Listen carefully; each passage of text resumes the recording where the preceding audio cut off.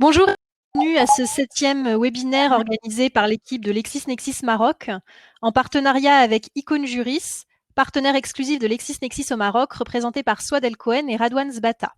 Je suis Angélique Azi, responsable de la plateforme de recherche juridique en ligne Lexis Maroc.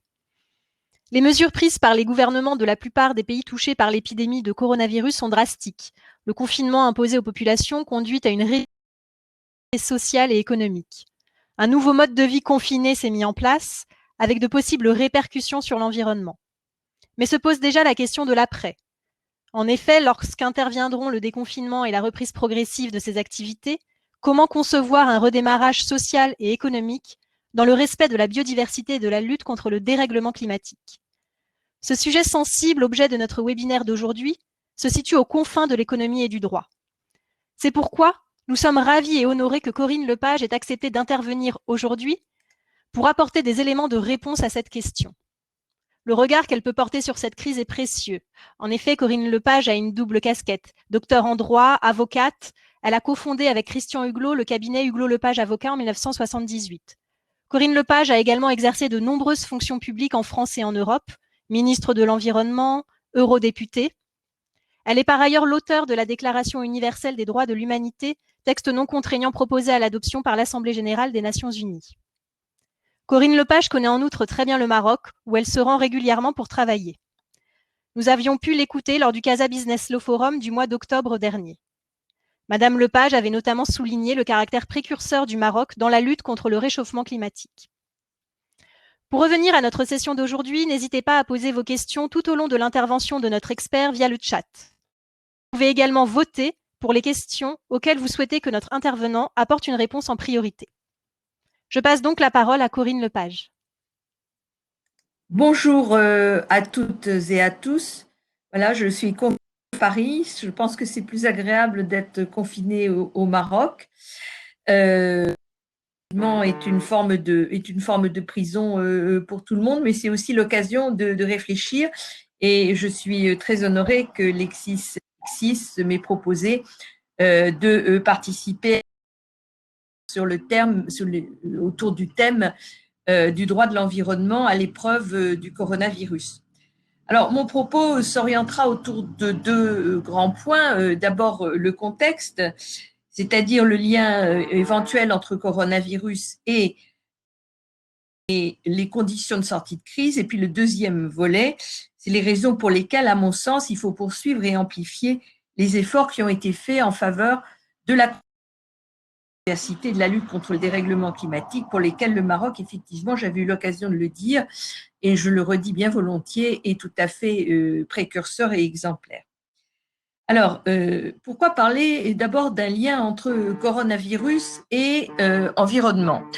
Tout simplement parce qu'on se rend compte que le coronavirus a peut-être trouvé sa source, au moins pour partie, dans les à la biodiversité et notamment dans le fait que la disparition des zones tampons et le mélange de plus en plus grand entre les espèces sauvages et les espèces qui ne le sont pas favorise les zoonoses, c'est-à-dire les maladies d'animaux, et favorise le transfert vers l'homme, et c'est toute l'affaire évidemment du fameux pangolin chinois. Et puis parce que l'on sait pertinemment que la question de la pollution de l'air a un lien avec les affections et la sensibilité aux affections virales. Ce matin même, j'ai plaidé devant le Conseil d'État français, qui siège quand même de temps en temps, la preuve en est, pour une association qui demande à ce qu'il y ait des limitations dans les épandages agricoles parce que les épandages produisent de l'ammoniac. L'ammoniac se retrouve dans les particules fines, 2,5 ou particules 10, PM10, lesquelles ont un lien avec la sensibilité aux maladies virales respiratoires. Alors, c'est bien entendu vrai pour la sensibilité de tous les gens qui sont déjà je dirais, affectés, tous les gens qui ont des problèmes bronchiques, asthmatiques, etc. Je rappelle quand même qu'en Europe, il y a près de 500 000 personnes qui décèdent tous les ans prématurément du fait de la pollution atmosphérique. Et puis, il y a une série d'études chinoise, italienne et américaine, une étude d'Harvard très récente, qui établit un lien possible, pas certain, on est au début des études, entre ces particules fines et des montées de cas de Covid. Voilà, donc il y a en tout cas un rapport entre pollution de l'air et infection virale, même si ce rapport n'est peut-être pas un rapport de très court terme. Et puis enfin, parce que le dérèglement climatique auquel nous assistons est porteur de risques majeurs en termes sanitaires et notamment en termes de virus, tout simplement parce que c'est, et je ne peux pas être très longue dans tous mes développements, la fonte du pergélisol, c'est-à-dire, vous savez, de cette couche glacée qu'il y a en Sibérie, libère non seulement du méthane, mais libère toute une série de virus et de bactéries qui ont des centaines de millions d'années. On n'a jamais été, nous les humains, confrontés à ce type de virus et on ne sait pas du tout ce que ça peut donner.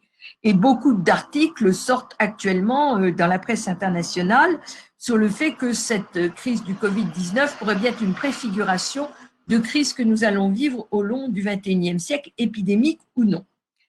Voilà pour le premier point. Le second, c'est que la sortie de crise à laquelle vous faisiez, Madame, allusion il y a un instant, bien entendu, appelle un redémarrage économique. Et dans tous les pays, bien entendu au Maroc, qui est très affecté, comme tous les pays du monde, mais notamment par la baisse d'activité touristique, puisqu'il n'y a plus de transport. Alors, bien sûr, certains ont la tentation de mettre de côté tout ce qui serait règles environnementales et sociales, d'ailleurs, mais là, nous parlons de l'environnement, les deux vont souvent de pair. Règles environnementales en disant ça va permettre un meilleur redémarrage.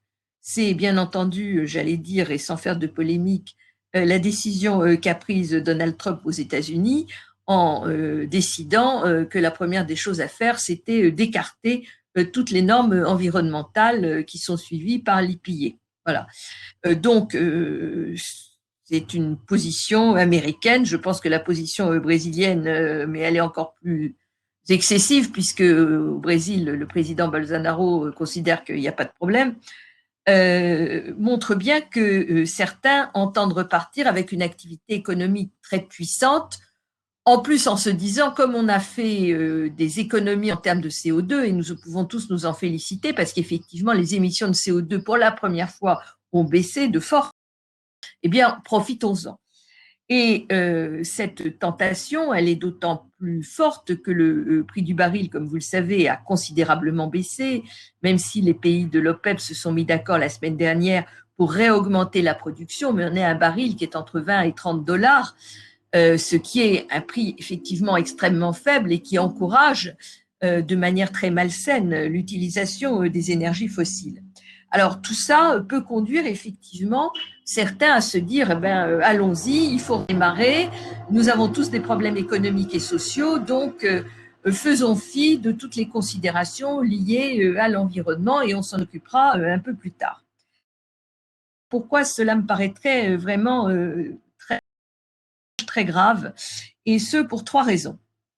La première raison, elle est d'ordre écologique et sanitaire. Nous savons tous qu'il y a des liens entre les affaires climatiques, les affaires de biodiversité et les affaires de santé environnementale. En réalité, une bonne protection de l'environnement, une politique très sérieuse de protection des ressources, que ce soit l'air, que ce soit l'eau, que ce soit les sols, c'est la meilleure manière de prévenir les risques sanitaires. Et en fait, on va se rendre compte progressivement que la meilleure prévention que nous avons contre les épidémies et les pandémies, je ne parle pas de l'aspect curatif,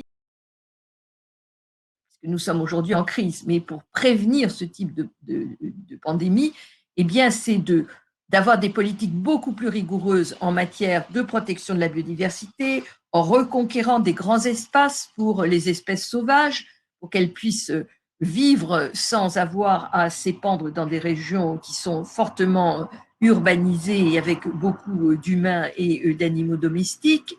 Il faut bien entendu lutter contre le dérèglement climatique parce que celui-ci ne peut aller que vers une accélération des crises et nous le savons pertinemment.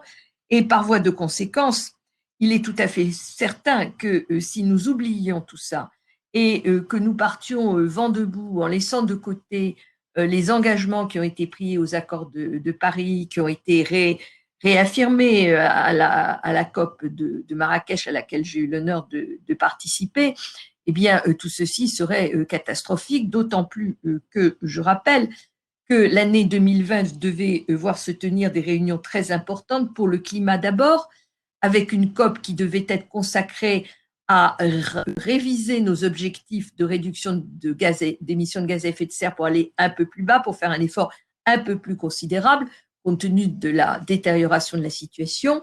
Et puis, sur le plan de la biodiversité, deux grands événements. Un à Marseille, qui était le congrès de l'UICN au mois de juin, qui est annulé, et un autre qui est toujours prévu en décembre en Chine, mais on ne sait pas s'il aura lieu.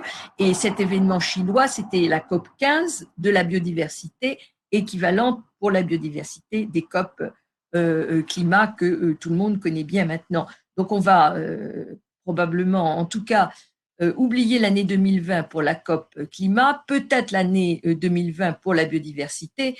Donc il y a déjà, je dirais, beaucoup de difficultés à maintenir ce qui existe. Donc, au moins, faisons cela, à défaut de pouvoir faire mieux ce que nous comptions faire avant la pandémie. Il y a un deuxième point sur lequel je voudrais insister, c'est l'impact économique et financier. Il y a une étude très intéressante qui a été publiée hier ou avant-hier, donc c'est vraiment d'actualité par rapport à cette conférence, par la revue Nature Communication, qui évalue jusqu'à, tenez-vous bien, une perte de 600 000 milliards de dollars d'ici la fin du siècle si nous ne respectons pas les accords de Paris.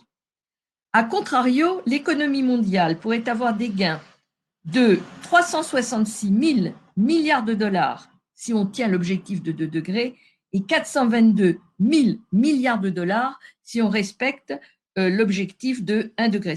Autrement dit, et ça reprend le rapport de Lord Stein qui date maintenant d'une dizaine d'années, ça reprend le rapport de la Commission économie du climat de l'ONU qui était sorti en septembre 2018, l'humanité sur un plan économique, je ne parle pas du plan écologique, je ne parle pas du plan sanitaire, je parle de plan économique.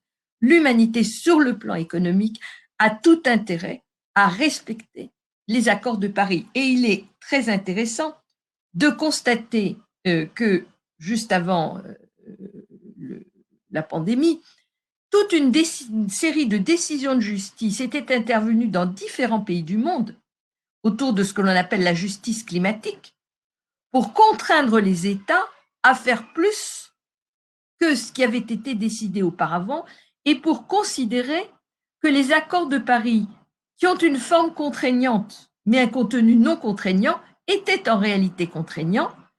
C'est le cas de la décision rendue aux Pays-Bas dans l'affaire Urgenda. C'est le cas de la décision rendue en Australie à propos d'une mine de charbon. Et c'est le cas, de manière très récente, de la décision rendue par la Cour d'appel de Londres dans l'affaire de l'aéroport de Heathrow, où l'extension de l'aéroport de Heathrow a été refusée en raison de l'impact climatique qu'aurait l'extension de cet aéroport, en considérant qu'il y avait une obligation pour la Grande-Bretagne de respecter les accords.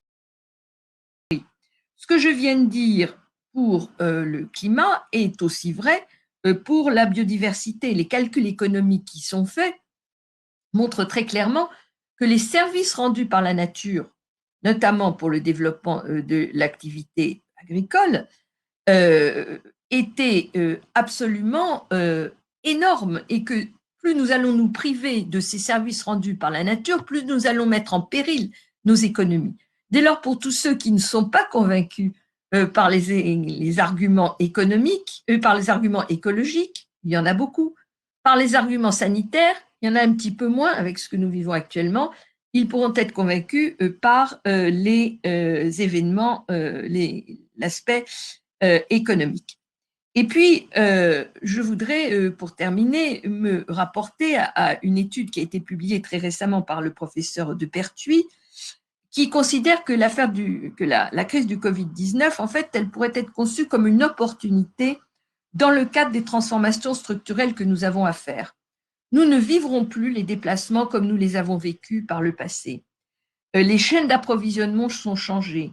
Le télétravail a beaucoup bouleversé l'organisation. Alors, ce n'est peut-être pas le cas dans tout le Maroc, mais je suppose qu'à Tanger ou Rabat ou Casablanca, dans les grandes villes marocaines ou Marrakech, le télétravail a dû également se développer. Puis d'autres chaînes de solidarité se sont mises en marche.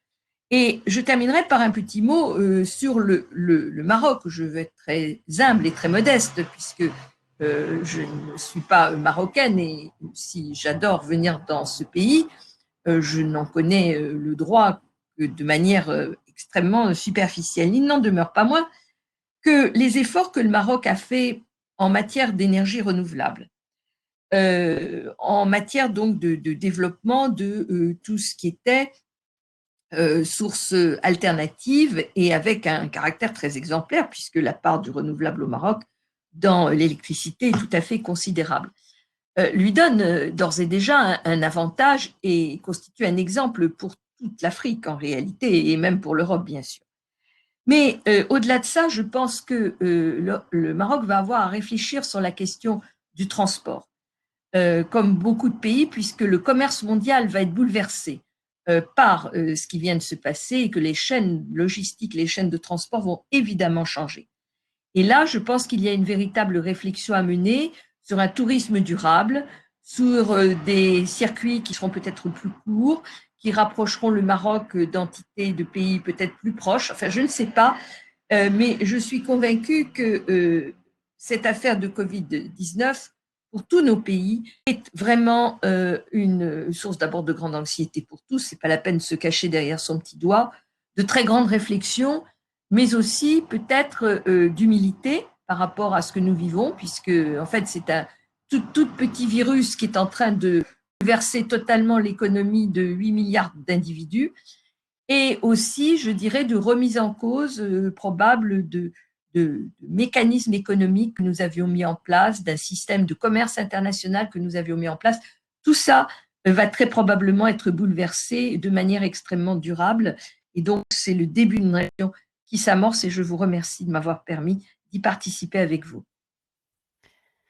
Merci Madame Lepage pour ces précisions apportées. Alors je vous propose de passer à quelques questions.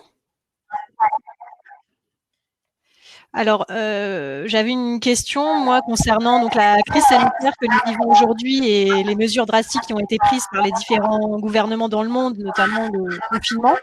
Peut-on dire qu'elles peuvent être bénéfiques pour le climat? Oui, à court terme, oui, bien sûr. Alors, vous savez, il y a eu publié au mois de février, oui, c'était fin février, début mars, ces cartes de la Chine où on voyait avant et après. Oui, tout à fait, oui. C'est les cartes de pollution, on voyait des zones toutes rouges, et puis un mois plus tard, on voyait quasiment plus rien. Donc, c'était à l'échelle de ce pays continental, hein, si je puis dire, échelle de presque d'un continent, c'était les chiffres le relèvent, hein, il y a une baisse importante des émissions de gaz à effet de serre, qui est en fait la baisse que nous devons faire chaque année si nous voulons les objectifs de l'accord de Paris, voire les 1,5 degré. D'où le risque dont tout à l'heure qu'on se dise chouette, on a gagné, on peut rattraper. Ben non, surtout, il ne faut surtout pas rattraper. Concernant le Maroc précisément, comment envisager une reprise économique respectueuse de la biodiversité au Maroc, compte tenu des spécificités de ce pays environnemental, économique? Quel serait votre avis là-dessus pour le Maroc? Alors, je vais être très humble, hein, parce que, encore une fois, je ne me permets pas de donner des conseils à un pays qui n'est pas le mien. J'hésite déjà à en donner au mien. Alors, vous voyez, le Maroc est un pays qui a une diversité biologique considérable, des régions très différentes. Quand on est au nord du Maroc, on peut se croire quelque part en Suisse dans le Valais, et quand on est au sud du Maroc, on est au Sahara.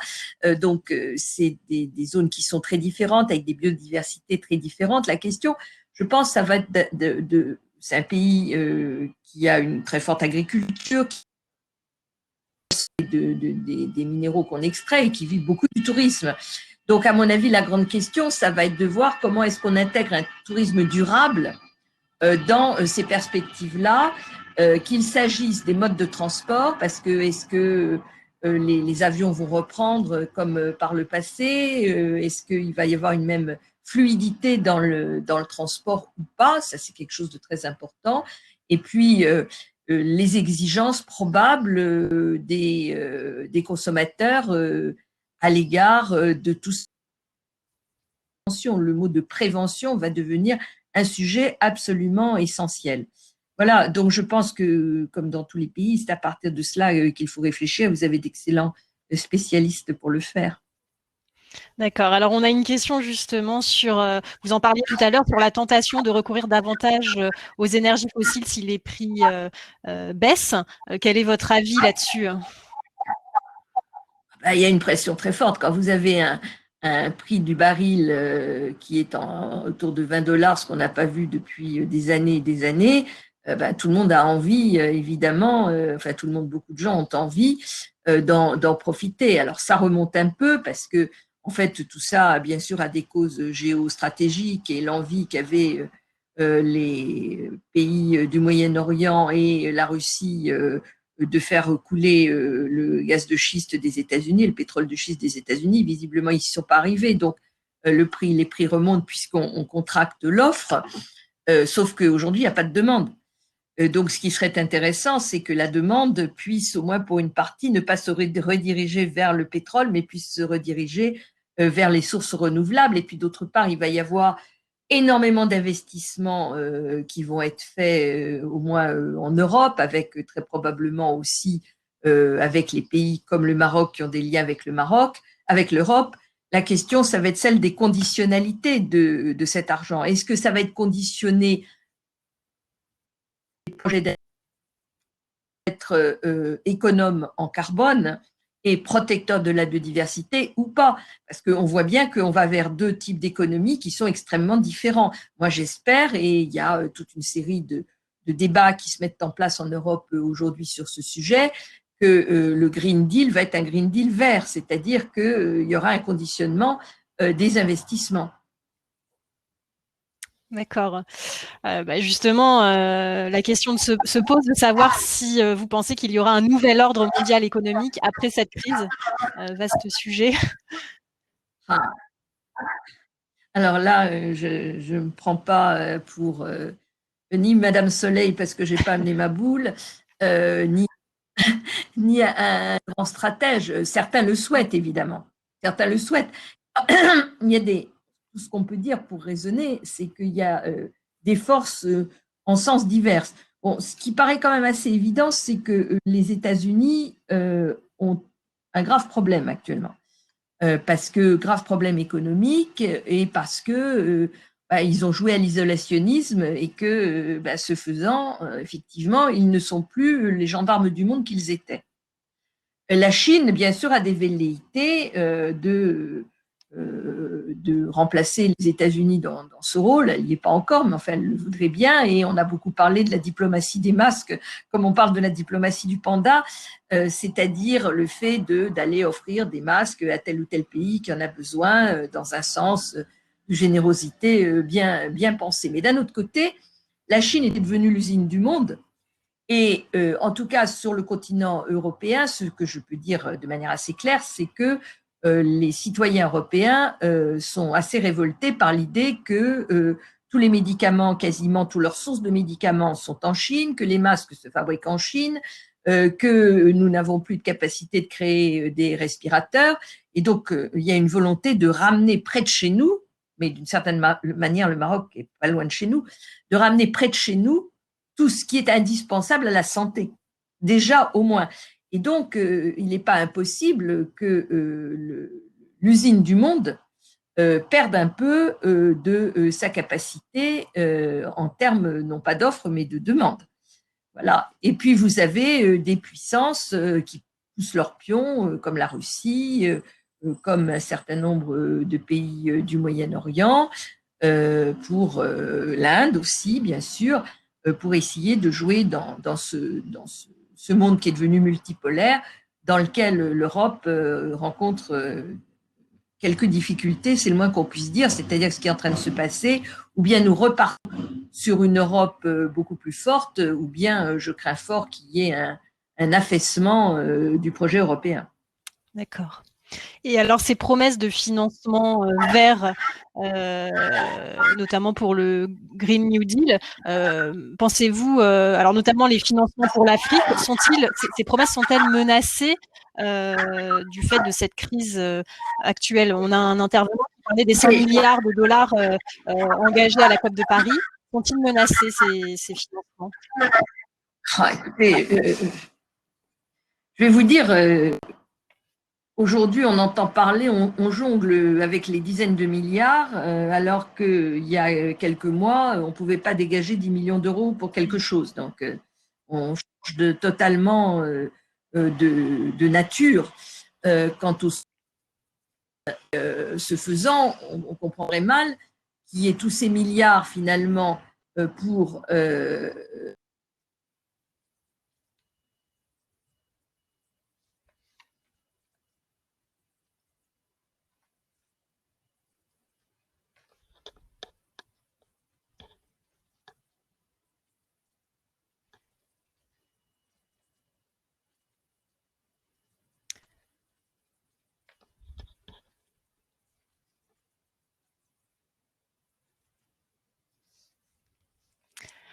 Alors, nous avons perdu la connexion avec Madame Lepage.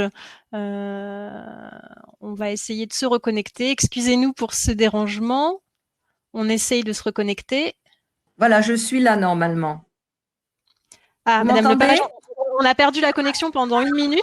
Alors, est-ce que vous pourriez redire ce que Oui, vous ce nous que je voulais dire, c'est que je comprendrais mal qu'on ait tous ces milliards qui jonglent en Europe et qu'on remette en cause nos contributions en direction de l'Afrique, et ce d'autant plus qu'en tout cas le président de la République française a dit très clairement qu'il souhaitait qu'un certain nombre de pays africains soient effacés.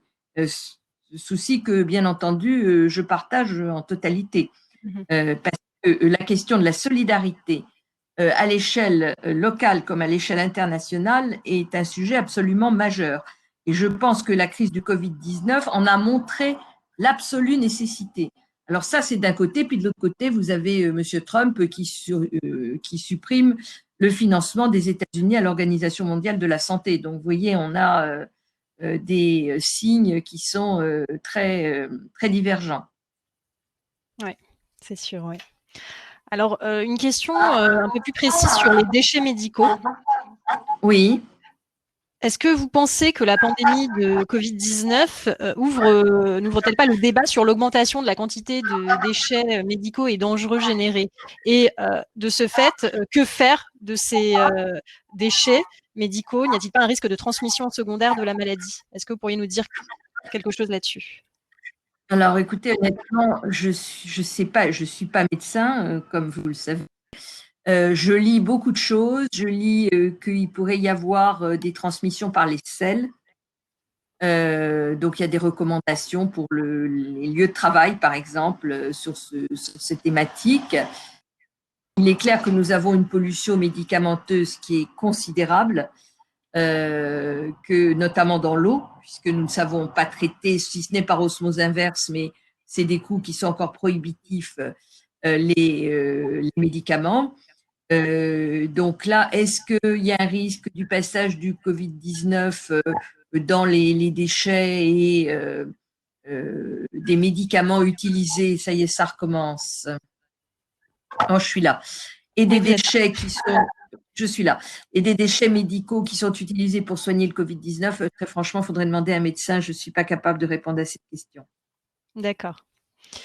Alors, pour finir, je voulais vous proposer de présenter en quelques mots, si vous le souhaitez, le contenu de la Déclaration universelle des droits de l'humanité, dont vous êtes l'auteur, et peut-être la mettre en perspective dans le contexte actuel particulier.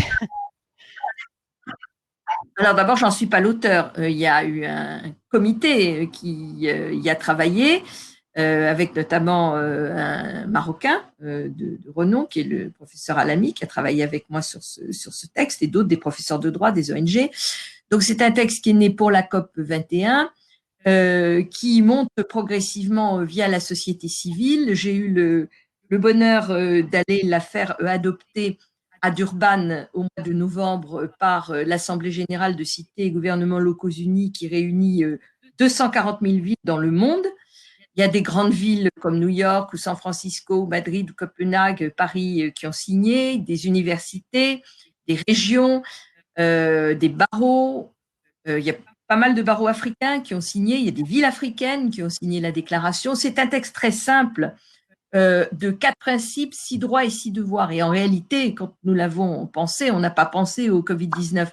Mais les principes qui y figurent, les droits et devoirs, collent parfaitement avec ce qui se passe. On a dedans le fait que nous avons les principes de responsabilité, de dignité de l'humanité qui concernent le droit au développement, d'équité entre les générations et de pérennité de l'espèce humaine. C'est des sujets qui sont dans l'air du temps. Ensuite, sur la question du rapport de l'homme à la nature, l'obligation que tous les êtres vivants, hommes et êtres vivants autres, puissent vivre dans un environnement sain et écologiquement soutenable. Ensuite, vous avez les biens communs et le respect de ces biens communs. Vous avez le droit à la paix. Vous avez un progrès technologique qui doit être conçu en fonction de la santé et du bien-être du vivant. Vous avez les devoirs qui correspondent à tous ces droits.